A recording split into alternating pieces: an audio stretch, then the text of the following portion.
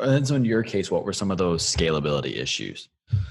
Okay, so when obviously I was running myself as an agency, I had to start proving what return on investment was for a brand, right? So if they were to give me £100 subscription, how do I prove that they're going to get at least, I don't know, at least their £100 back? ROI in influencer marketing is difficult because you're messing with people's personal data rather than an ad on Google, for example. So first fundamental thing with digital media channel is you want to make sure that you're advertising to the right audience. Because I was putting products on the back of celebrities through Twitter and Instagram, I couldn't see who their audience were. So they were either screenshotting it and I had to rely on what they were saying and what I was seeing, or I had to ask for it. And it was an absolute ball ache. And then not only having to ask for all those insights, I was then having to negotiate prices. And celebrities are a nightmare, celebrities, oh, that this person, they've got this many followers, I'm going to charge you £1,000 per post. And then another celebrity would want to charge £2,000 per. So I've got all these celebrities costing different amounts. I don't know who their audience are. So if I'm marketing to the right audience, I've also got influencer fraud. So I don't know if a lot of these celebrities have bought their followers. And I was having a lot of trouble trying to calculate the return on investment with these celebrities as well. The only way I could really track it was through discounts and promo code links. But to do that myself at scale was an absolute nightmare. And that's why I thought, is this just me having this problem or a lot of other people and other agencies? And after asking a few questions around, I realized, yeah, a lot of people are. In fact, most.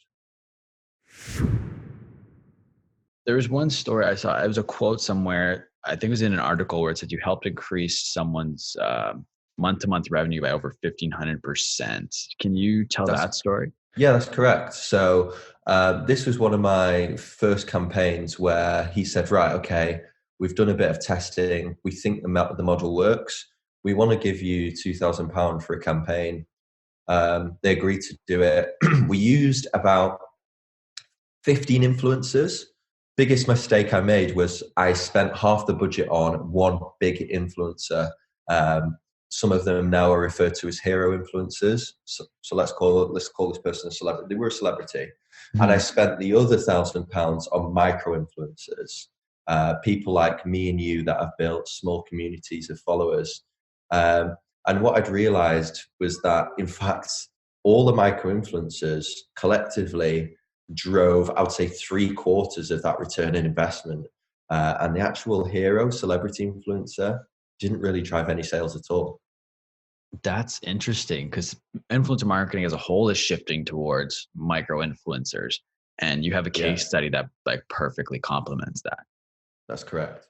So is that something you're noticing as a trend as a whole, or do you think it was just specific to this one case?